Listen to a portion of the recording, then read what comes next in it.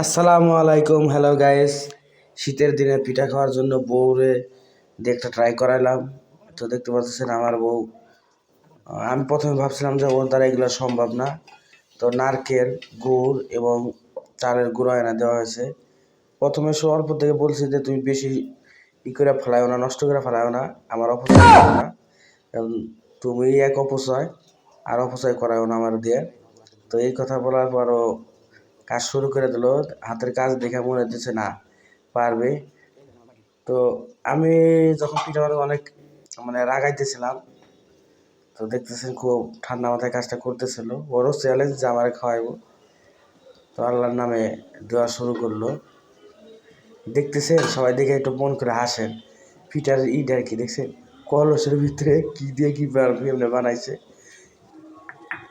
বোঝা লাগবো। দেখতেছেন, হ্যাঁ হ্যাঁ হ্যাঁ হ্যাঁ,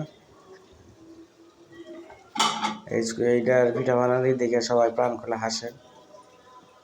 দেখেন, ও হ্যাঁ, এখন পিঠা হয়ে গেল। দেখতেছি, দেখেন শীতের দিনে গরম গরম ভাপা পিঠা। মাশাআল্লাহ মাশাআল্লাহ, আমার অকর্মা বউ পারছে। মাশাআল্লাহ, আমার অকর্মা বউ পারছে।